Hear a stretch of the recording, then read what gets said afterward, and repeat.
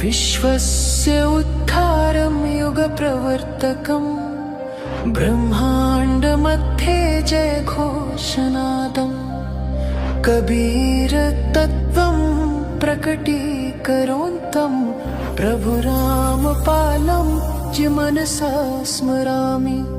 हे कबीर करुणावतार सतगुरु बन पधारे परमेश्वर। सच्चिदानन्दं परम प्रकाशं लोकान् समस्तान् य उद्धारयन्तं मोक्षप्रदातारं तारणहारं प्रभुरामपालं मनसा स्मरामि।